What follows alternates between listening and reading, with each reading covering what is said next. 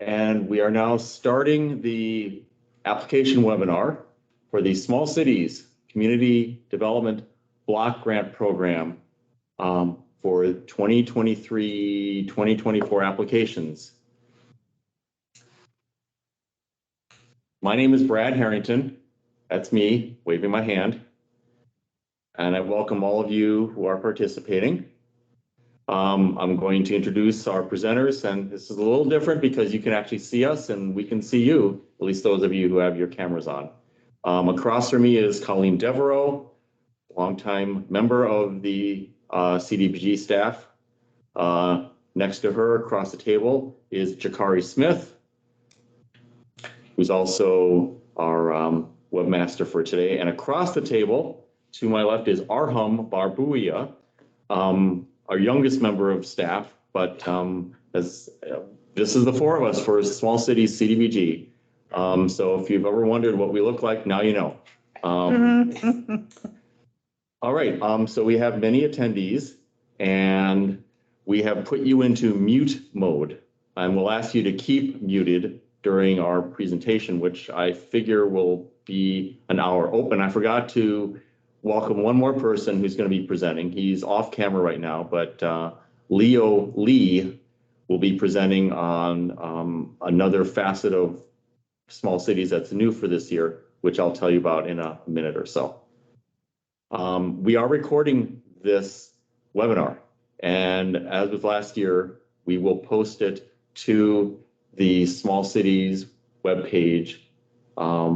We hope by next week, if not by the week after that. We have a chat function. This is being done through Microsoft Teams, and there is a chat function available to you in this meeting setting. So if you have questions, please put them into the chat, and then we will do a Q&A once we get to the last slide of the presentation. And then we'll keep the meeting running as long as we need to answer your questions. So with that, let us get started.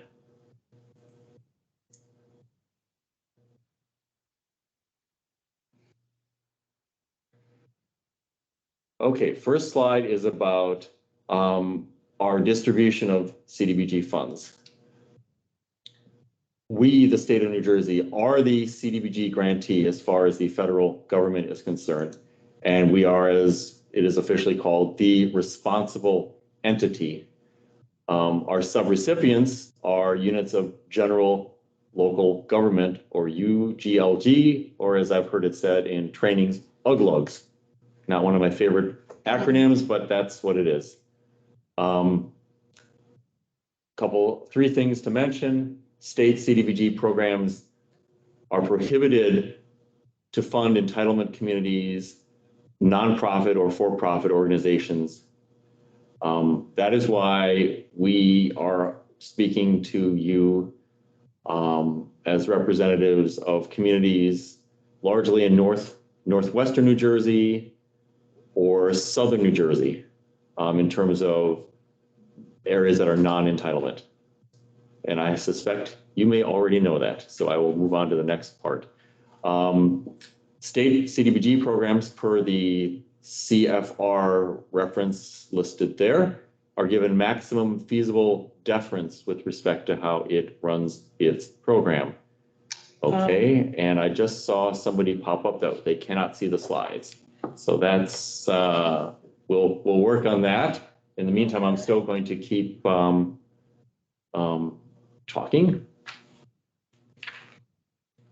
And then as far as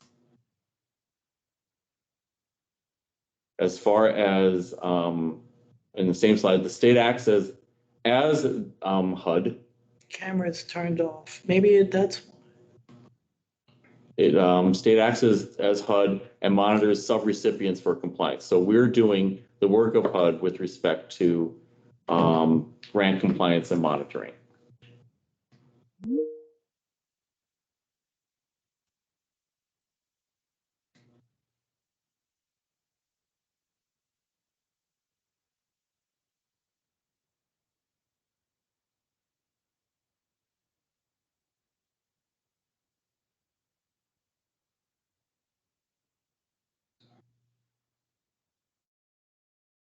This is live, folks. Bear with us. We'll be getting you those slides on screen.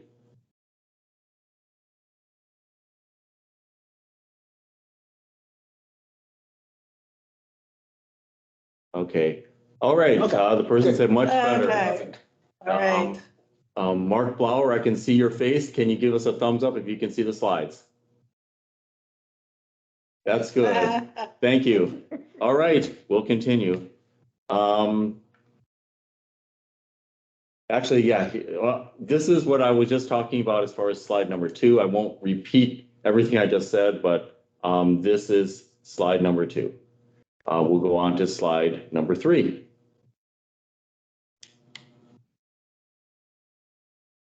National objective.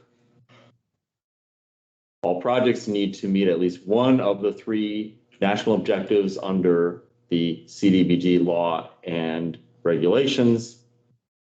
The one that is most commonly used is an activity that is undertaken for community development purposes that benefits persons of low and moderate income, which is defined as less than 80% of area median income.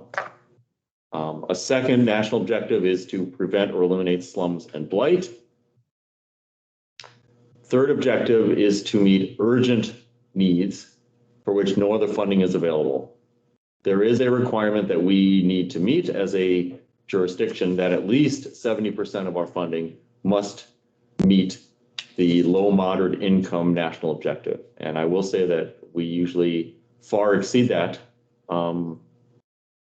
But for formal purposes, here are our national objectives, and each application we receive must meet at least one of them. Okay, next slide, please.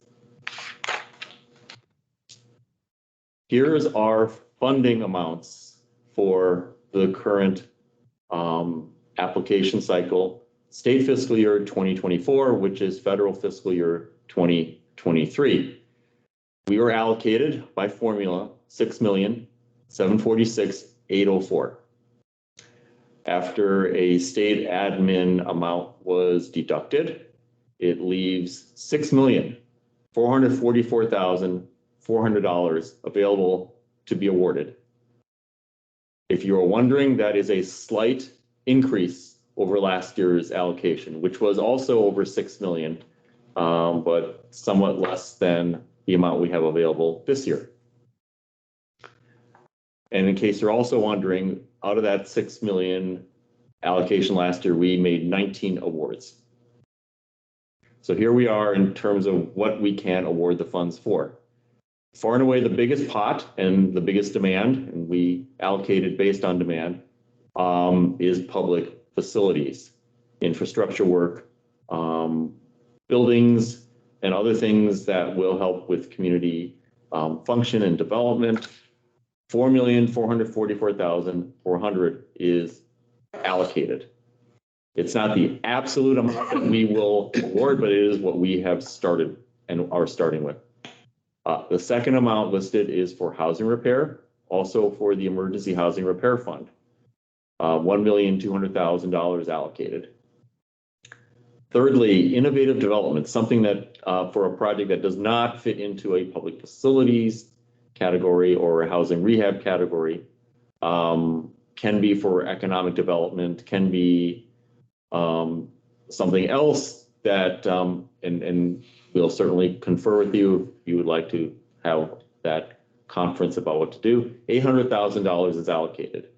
So there is our total amount that is available to award as far as the allocation. Then below that is the new wrinkle for this year. We are at the request of our superiors taking on lead-based paint remediation and abatement, which is not totally new for CDBG, but the scope of it is. $5 million is available for this purpose.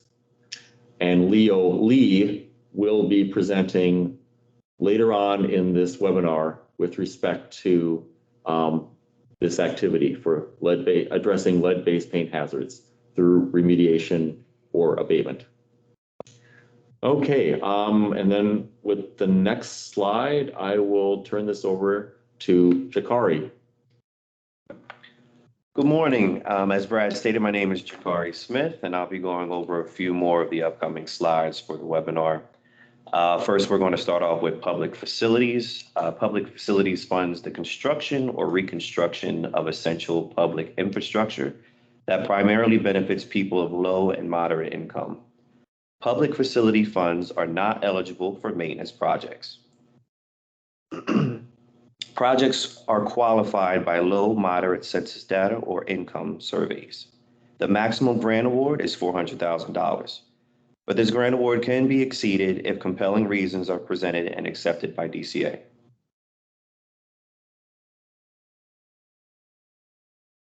Next up, we have our Housing Rehabilitation Fund. This will apply to single-family owner-occupied housing rehabilitation program. Grantees are responsible for developing a housing rehabilitation manual and establishing a local revolving loan fund. The maximum grant awards are as follows.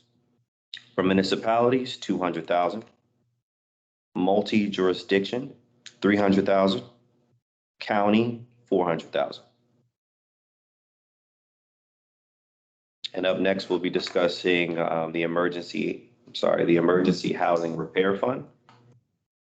These funds are available to assist income-eligible owner-occupied households with emergency repairs. A town or county must apply on behalf of the homeowner and certify that the condition is an emergency.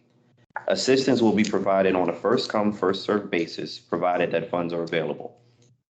The maximum grant award is $20,000.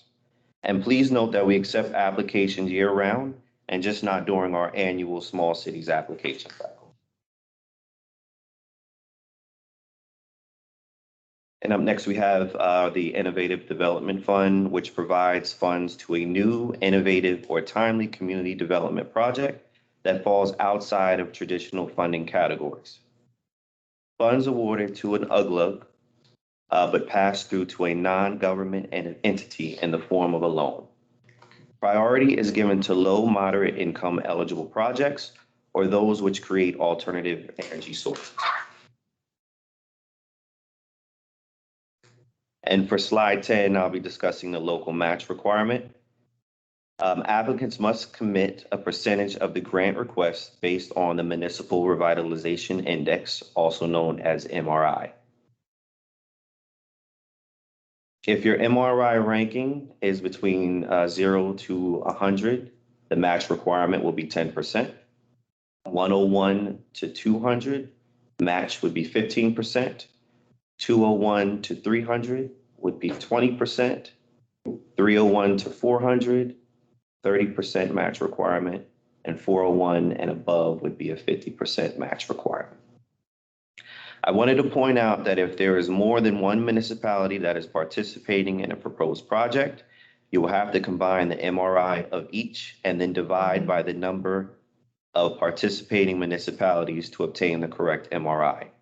For example, if Woodstown and Piles Grove are working on the same project, the towns would have to combine their MRI ranking and then divide by 2 to determine the average MRI and what their match requirement would be.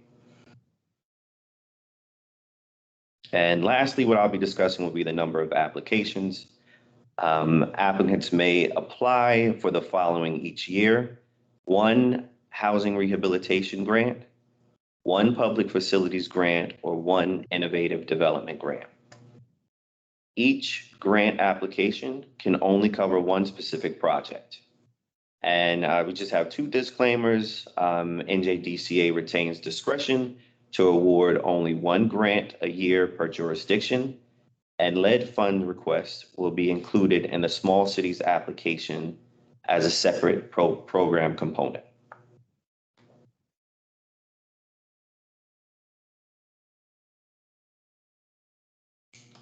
And next up, Colleen will be going over the application evaluation criteria. Hi, everybody. I'm Colleen Devereaux. Hi, Mark, and all those other folks that I know here. So The application has to meet threshold requirements, and these must be achieved. They have to meet a national objective. They have to benefit low mod target area. There are requirements for that. They have to address one of the state objectives. They have to be in compliance with citizens' participation. They have to certify that they can provide the required match. And for housing rehabs, you have to have in your housing rehab manual, you have to address how you're setting up your revolving loan fund. And there are 9 federal and state compliance items that you have to, I believe these are part of the 9 federal and state compliance items that you have to meet. And just for the housing rehab manual, we'll get into lead in a little bit, but that's where you would also, if you apply for lead funds, in addition to your housing rehab funds, you would address that in your housing rehab manual. Okay. And in the application, there is our final plan, which explains, it lists the things that we're looking for in the application. And that's where you'll find the MRI chart if you don't know your particular MRI for your municipality. And this is how you're scored on your MRI rank. 0 to 100 is the most points, 20. Up to 400 and above is 0 points. So the higher your rank, the less score you receive.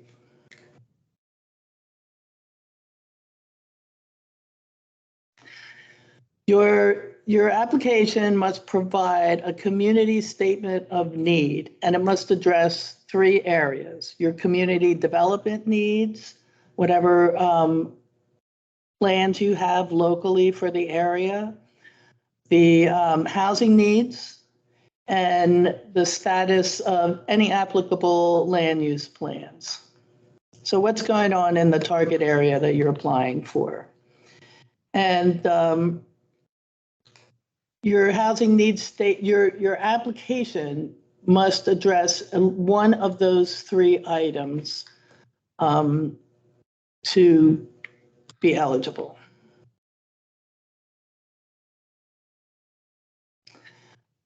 As you are also scored for how many people the project addresses. If it is greater than 100 low mod people, 20 points, 30 to 99, 10 points, less than 29, 0 points. However, housing rehab programs generally have less than 29. So for a housing rehab program, it's an automatic 20 points.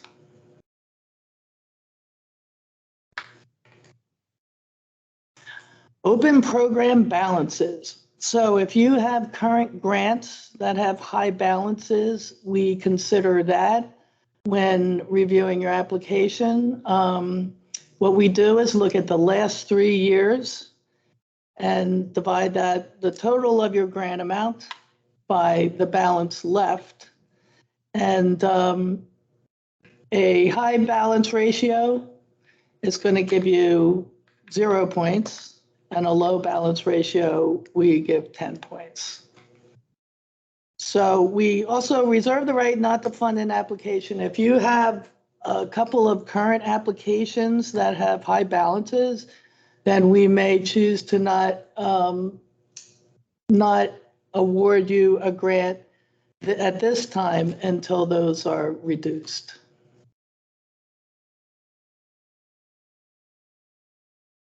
How fast can you get the project done? You have to, pardon me, include with your application a draft environmental review, which we understand won't be complete until you receive approval of your application, because it's an expensive item. approved plans and specifications, ready to go out to bid. These are items that if they are included in your application, you get higher points for. We look for the ERR, approved plans and specs. Are you ready to go out to bid? And housing rehab, do you have 5 or more income eligible projects ready to go? Okay.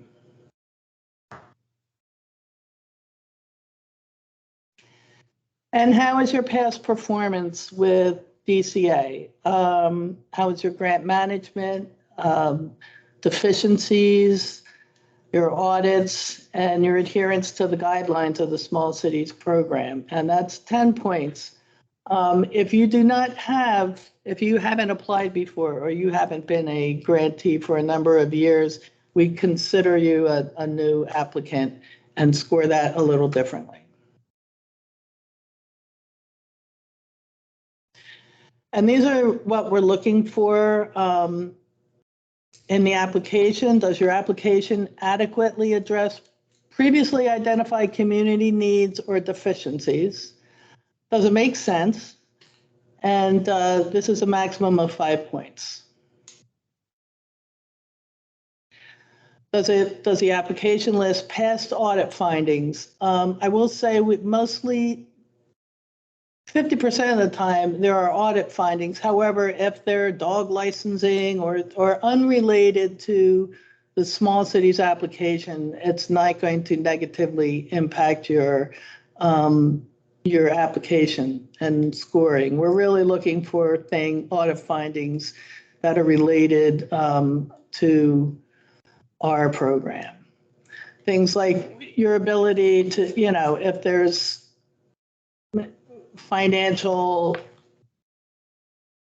well, I'll just leave it there. General findings are related to grant programs. Is a grantee considered a high risk? We don't award points for this section, but depending on the results, it could disqualify an applicant. We don't really find that too much. Is there a competent grant manager or consulting firm to manage a potential grant? So it's really important that you have the capacity to administer the grant after we award it. And is the grant manager the same as the grant writer? And it's just something that we look at. And that's a maximum of 5 points. Does the application address current emergency situations that threaten health and safety of the community? And if so, that must be documented and certified. Is it a priority consideration for the community for the above reasons? And that's a maximum of 5 points. Is it complete and well-written? That's actually really important because it shows your capacity to monitor the grant down the road. Viability of the project within the defined project outcomes. Again, that falls back to, does it make sense? Is it unique to meet community needs? Is the application complete? Can the project be completed within the grant term? And do you have the local matching funds that are required based on your MRI? And these are extra points, and you get a maximum of 5 points there.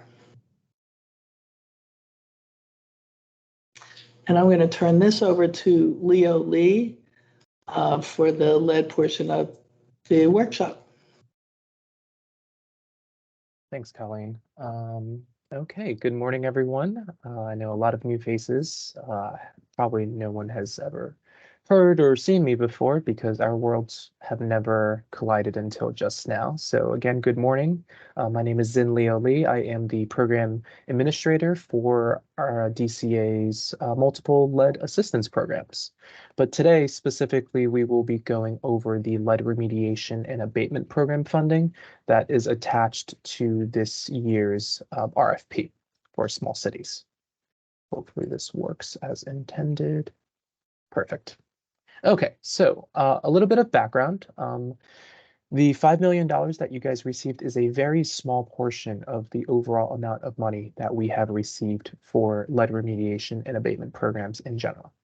So in general, for the state fiscal year 2023 budget, the Murphy-Oliver administration made an unprecedented commitment of 180 million to address the ongoing threat of childhood lead poisoning.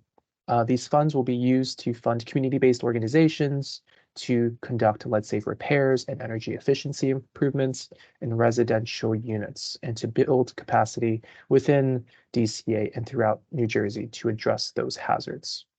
Through employment opportunities and apprenticeships, training, and provision of seed capital to expedite the entrance of new community-based organizations into the field. Through recruitment of trusted organizations and from underserved and disproportionately impacted communities to participation in the New Jersey Lead Training Institute and seed capital pool, this funding will create new capacity in a equitable way to invest in the improvement of health and remediation and abatement of lead hazards and affordable housings across the state. This RFP will specifically provide $5 million over 2 years to conduct lead-safe repairs, improve energy efficiency in residential units built prior to 1978. These funds will be used to identify and remediate lead-based paints through encapsulations, replacements, or abatement. Who are our eligible program participants to participate in our program? Very similar to small cities, we have households whose income is at or below 80% of the area median income for the county in which the municipality is located. So for folks that are living up in northern New Jersey, it might be vastly different from the income levels that are identified for persons living in the boondocks and boonies of southern New Jersey. One other small caveat is that our ultimate clients and participants do have to reside in 1 to 4 family residential properties constructed prior to 1978. And for those that don't know, I'm assuming you guys do know because lead should be a part of some sort of rehab for that older housing. Lead was banned in 1978. So that's why the year 1978 does pop up quite often within those criteria. Fun fact before we move on to the next slide, with EPA statistics, if there is a unit or home built prior to 1940, the chances of it having lead-based paint hazards is 82%. Anything built prior to 1960, it goes down to 67%. Anything built prior to 1980 goes all the way down to like 20 something percent. So the chances of having lead-based paint hazards in older housing within New Jersey is quite high. So hopefully these programmatic funds married with your small cities funds will have a very good impact on your projects. We've collaborated on a couple meetings with the small cities folks, and actually, sorry, I'm jumping the gun a little bit here. But under eligible activity goals, generally speaking, for the identification of lead-based paint hazards via a coordination of a lead inspection risk assessment via a New Jersey DCA certified lead evaluation contractor, as well as confirmation of reduction of lead-based paint hazards via, again, the coordination of lead clearance exam via the New Jersey DCA lead evaluation contractor. This does not mean that DCA's code officials will be inspecting these projects. DCA within our Codes and Standards division has a lead and asbestos unit. They maintain a list of contractors, both commercial as well as residential contractors throughout New Jersey that hold licenses and certifications specifically for lead evaluation and clearances. That is one list. And then the other list is specifically for lead abatement contractors. And we'll go over that, the differences between remediation and abatement a couple of slides down the road. For continuation for eligible activities. We expect for the remediation or abatement of lead-based paint hazards in residential units in accordance with EPA standards and with references to HUD guidelines for evaluation and control of lead-based paint hazards in housing, second edition 2012. Also, we do allow for temporary relocation of the household in conjunction with lead remediation and abatement work when necessary while the project is undergoing to ensure the health of the household members during the reduction activities.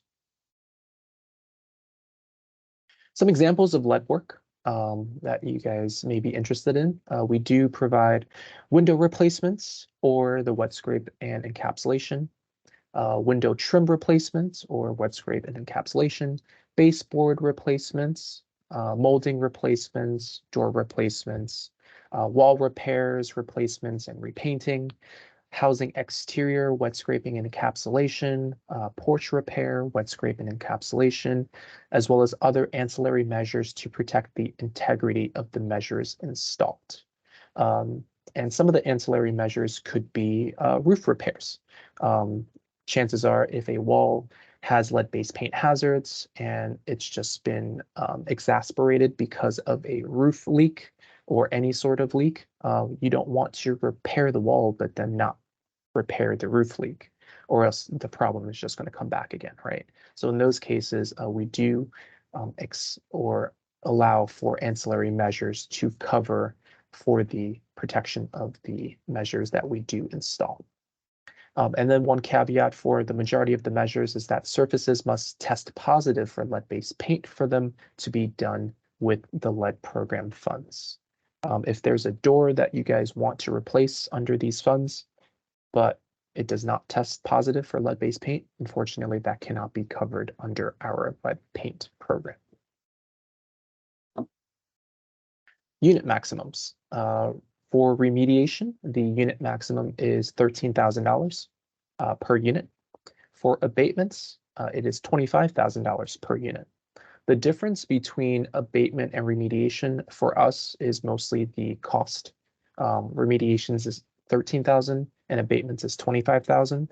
The only way that you guys would be eligible to receive the abatement pot of money is if you show proof that the housing unit or house or property has been identified by the local Department of Health for a child under the age of 6 or a pregnant woman, and they're mandating that that house receives abatement.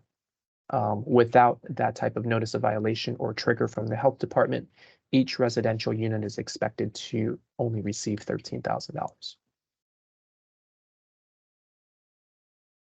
Funding activities. So in collaborations with Brad's staff and the Small Cities Group, funding, these are just a couple of the differences between our two different programs. For lead, funding is eligible to clients at 100% grant capacity. So we don't do anything for second liens, mortgages, and no paybacks or forgiveness periods. This is going to be 100% in the form of grants. Also, we don't have any match requirements for our particular funding. So when you guys are calculating, I know a couple of slides ago when Jakari talked about the match requirements, please separate out your funding for lead and kind of subtract that from your match requirements for your small cities grants, because our funding does not have any match requirements. I know I can see a lot of gears turning in a lot of people's heads, like, you know, how do we marry these two funds? And Colleen and I were talking about it briefly, and that it might be in the best interest for a lot of the activities to be placed in the lead portion if necessary, because they don't have to pay back these funds. These are not forgivable or anything of that sort. It's just 100% grants and nothing else tied to that.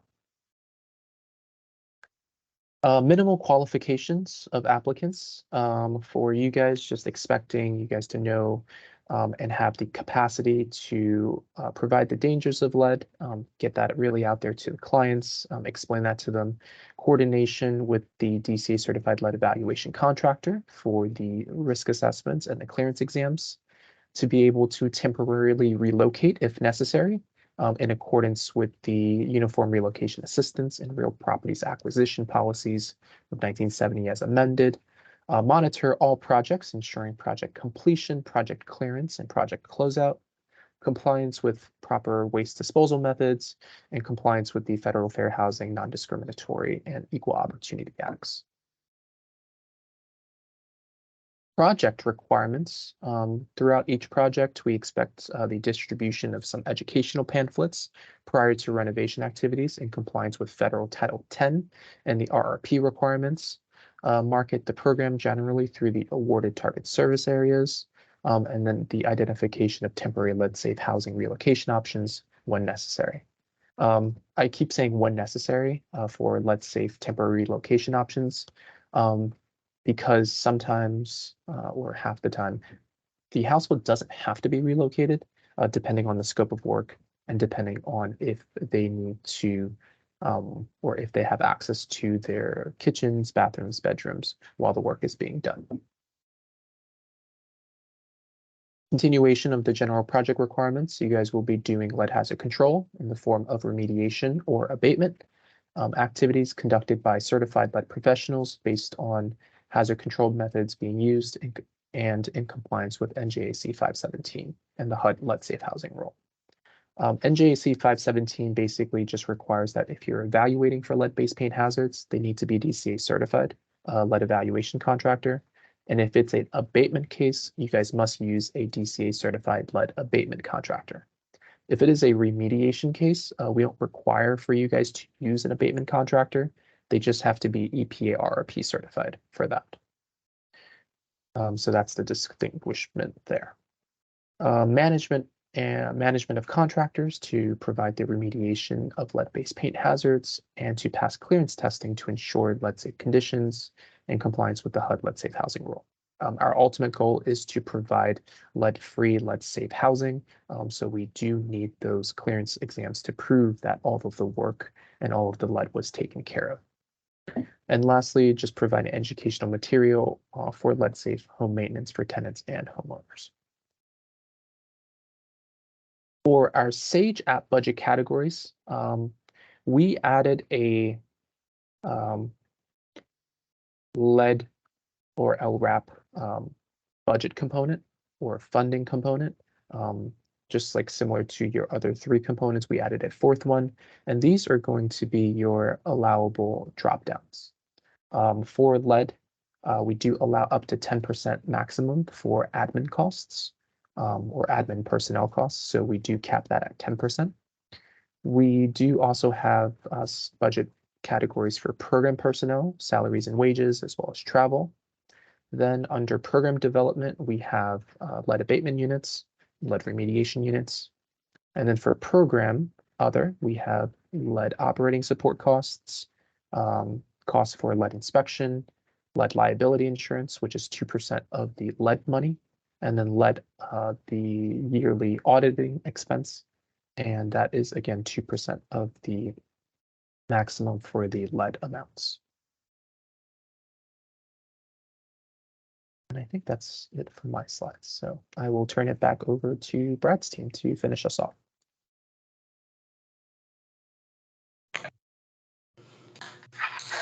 Thanks, Leo. Thanks a lot. So here on our, I think this is our almost final slide. These are the dates. The workshop is today. The deadline is December 7th. And we anticipate completing our review of the applications on or about the end of January 31st next year. And also anticipate announcing the awards mid-February, February 14th of next year. Okay, Jakari.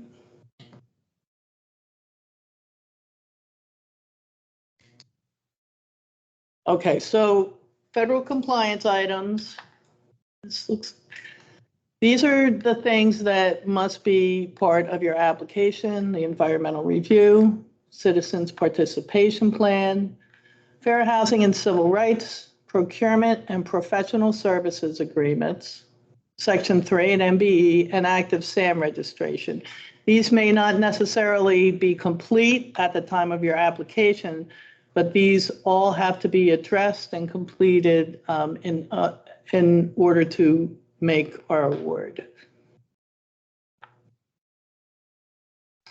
And staff contacts, we'll have a slide on that shortly, but we also have a small cities website that, I don't mean website, sorry, email address. So when you send anything to the program managers or have anything at small cities in general or project specific, please copy that email address.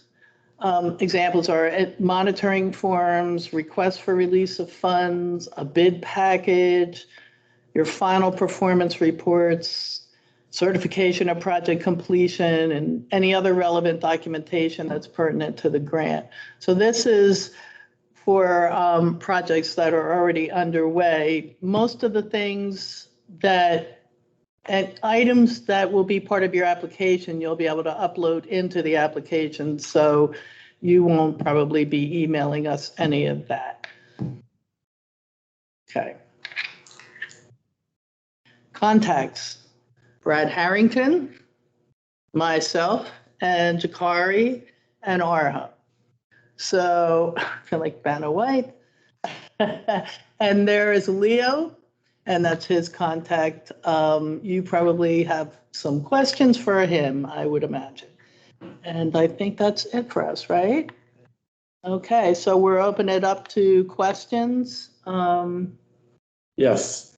So far, we don't have any questions in the chat or Teams. So what we will now invite you to do is, well, here's the first one, and everyone got to see it. But what I'll say generally before I address that one, yeah, we have two, that's good, is, and this is off topic, but not totally off topic. There was a delay in FY 2023 grant agreements becoming fully executed. I am happy to announce that all of those grant agreements are now fully executed.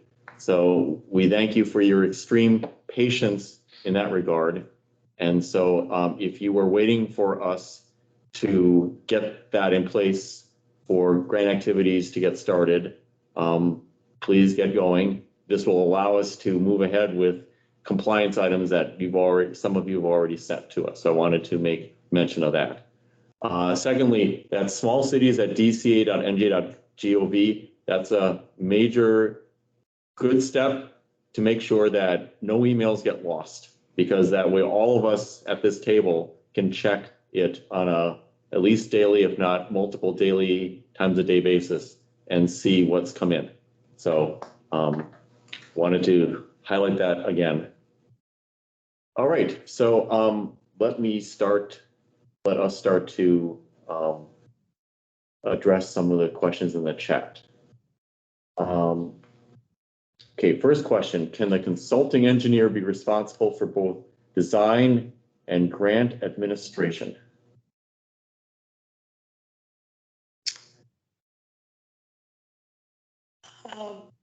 I don't see why not, provided they have the capacity to do both. I don't see why not. Right. There is guidance on the maximum amount that can be charged for those things, and you'll find them in supporting documents that are online as part of the application. In the application instructions, I believe there is a chart that goes into that. Secondly, does the lead funding cover any lead water service replacements? My impulse answer is no. Yeah, I'll take that one, Brad. Okay. For the lead funding, we are specifically only for projects that deal with lead-based paint hazards. We don't do anything with lead in water, or anything regarding lead in plumbing, lead in the water lines. This program is only specifically for lead-based paint funding. So the general answer is no. I believe New Jersey started to do something with the Department of Environmental Protection, DEP, if any type of lead in water, lead in plumbing, that program will probably go to them, and unfortunately not DCA, since we're only housing related. Leo, thank you for clarifying that. And thank you for not making me having answered it wrongly. So that's good. Okay, next question is from Nick Muir. I hope I'm not mispronouncing your last name. Asking this on behalf of Jessica Caldwell and Associates, saying that attending on behalf of yes, a couple of municipalities and also SCARC and Warren County ARC. Some of these communities may not meet the low-income criteria, but have high senior and handicapped populations. Could you walk through how, if possible, eligibility would be met to meet the needed distress levels based on these other criteria? I will lean on Colleen a little bit. My belief, I'm pretty sure that in terms of limited clientele, that handicapped populations have a sort of automatic eligibility when it comes to public facility as far as low moderate income benefit. Colleen, am I sort of right? Well, that's correct. It has to meet an area benefit. So if you have a project that is specific to a population, either a senior center or the developmentally disabled or handicapped or ADA work, those are automatically considered low mod populations. So they would be eligible if your project is specific to those populations. If they don't happen to be meet an area benefit. Great. Thank you, Colleen. So it's you have to meet one, but then this other possibility exists that allows the requirement to be met. So I hope that answered the question. I'm going to move on to the next one. That's all, Todd.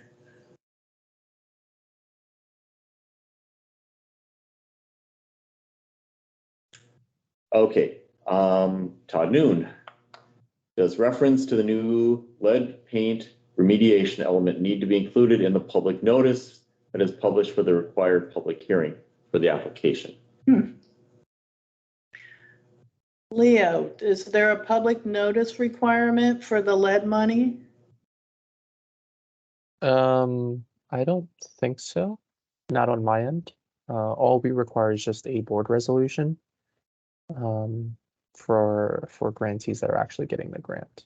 But in terms of actually releasing any type of RFPs for letting everyone know, I don't think so. Other than if you guys are going out for contractors, then eventually you will have to put out a bid for contractors and such. But to receive the funds, I don't think there's guidance on that. Well, I'll ask this question across the table to Colleen. When we get these resolutions normally, do they cite the type of work or the specific project that's going to be, that's being applied for? I believe they do, because they need separate resolutions for if a municipality is applying for, say, housing rehab and public facilities, they need a resolution for each one of those. So I would venture to say that if you are considering applying for lead funding within your housing rehab application, I would mention that in your public notice, your first public notice where you just put the total amount of small cities available, I would add that there's also 5 million in lead available. And, keep it somewhat generic, but to be on the safe side, I would mention it in your public notice. Agreed. Okay, yeah. Thank you, Colleen.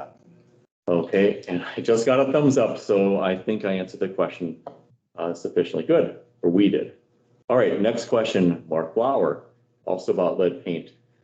Are these type of applications to be submitted as separate freestanding SAGE applications, distinctly separate from a traditional housing rehab application. And then you pose an alternative part. So I think we're going to answer the first part right away. We want one application for housing rehab that includes funding for lead paint activities.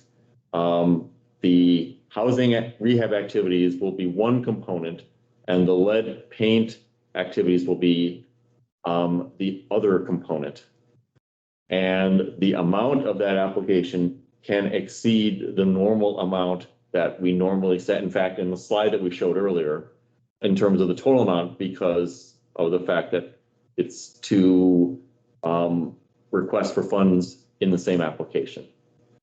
So that 200,000, 300,000 distinction, that's for the, as we would say, traditional rehab part of things. But we do want just one application with two components. Just glancing, Mark, at the other half of your question to see if I've, I think I did answer it, but I've also modified it by saying that it's going to, you can go above that 200,000 figure with respect to the lead. I mean, the 200,000 figure still applies as far as regular rehab, but the lead amount will take you over it. And we've made provision for that in SAGE so that you won't run into that kind of an issue. Because normally SAGE it's set up for a $400,000 maximum application amount, but that's been changed for this year in recognition of the lead paint funds. I'm looking for the next question. It's actually being typed as we speak.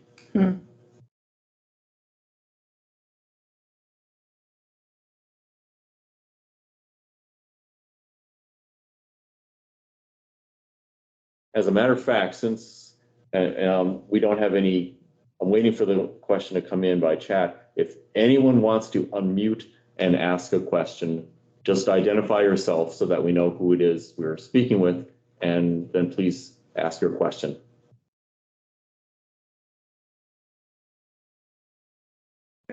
Okay. And while I wait for someone to unmute, if someone is going to, may an applicant still apply for a traditional 200,000 HR app without the lead remediation? Yes, the answer is yes. However, we are encouraging that lead paint be a component because, frankly, these are funds that are available now, and we know the need is out there. And we have, through Leo, staff that's experienced in working with this, and this is a great opportunity to do more than we've been able to do, and in your communities, do more than you've been able to do with regard to addressing lead paint hazards. That's my plug. I can also see you capturing a lot of ancillary items with the lead money. If you could, for instance, roofs, if there's any lead in the housing, you can maybe put a roof on with the lead money instead of the rehab money. And that will not be a lien to the property owner. So that's an advantage to the owner to use that pot of money. So there are, you can be pretty creative with it and make it work. Yes. All right. That appears to be the last question that's been asked. Does anyone have any questions that they would like to ask us by unmuting? Okay.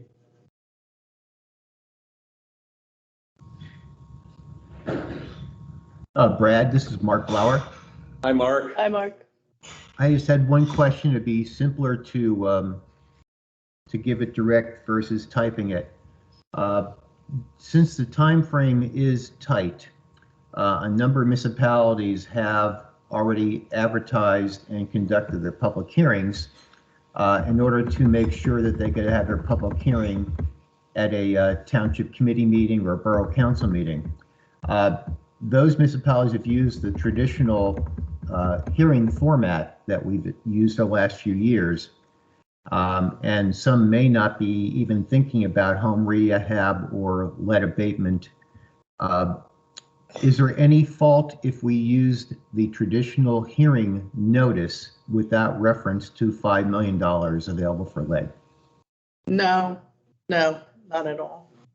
Because it's not a requirement for the lead funds in the first place, so that's fine. So I can understand your point about one home rehab application could have traditional aspects where a lien is required for the assistance, say windows and doors, but there could be a separate identified sub-portion that is intended specifically for lead abatement and remediation. And what I'm understanding is that that portion is not subject to the usual lien requirements that we apply on a regular basis. Correct.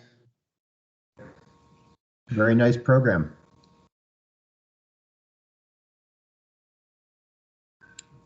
Allows lots of latitude. And That's, thank you for the clarification on the hearing aid question, because a number of municipalities have gone ahead with their hearings to meet our, somewhat, it's a tight time frame, and they're going to do their best to get in on time. Yes. Thank you. I'm going to Okay. read you. smart. All right. I will mention a couple things now that weren't part of the slides. Last year we went to only requiring one original of the application plus the submittal electronically. We are still going that route. We've been encouraged to even consider going fully electronic, but that's not the case this year. We still would like one original, and I believe the date we put into our document that's online is, or part of the application is December 14th to get that submitted to us.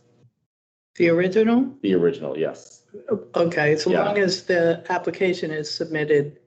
In Sage by Wednesday, December 7th. Now, I may be a little too long, or I might not be accurate with December 14th, but I know it's not Friday, December 9th. It is into the next week, but no later than the 14th. So please do check the supporting documents that you'll find. Either the final plan, which is worth reading, even though it's many pages long, and the application instructions are similarly worth reading. The guidance will be in there. Okay. Chikari, Colleen, Arham, is there anything that you can think of that you might want to add? Sure, I just have one more thing. So the webinar is going to be posted on the DCA website. I'm going to try and have that done by the end of the business day today. And also I'm going to email out the slide decks as well for the PowerPoint, and I think a copy of the SAGE instructions too. Oh, that sounds good. And that's it. Thank you. All right. Well, without any further questions, that'll conclude this application workshop. We thank everyone here for participating. Thank you for your questions, for bearing with us. Yes, it's later than some of you remember it being from years past. I'm going to publicly pledge that we will do this at an earlier stage next year with the funding that's still not appropriated, but we're still going to try to do that a little more timely. And you now know who the team is. You can reach us with any questions as you prepare the applications. Good luck preparing them. Have a good day and have a good weekend. Thank you. Thank you, everybody.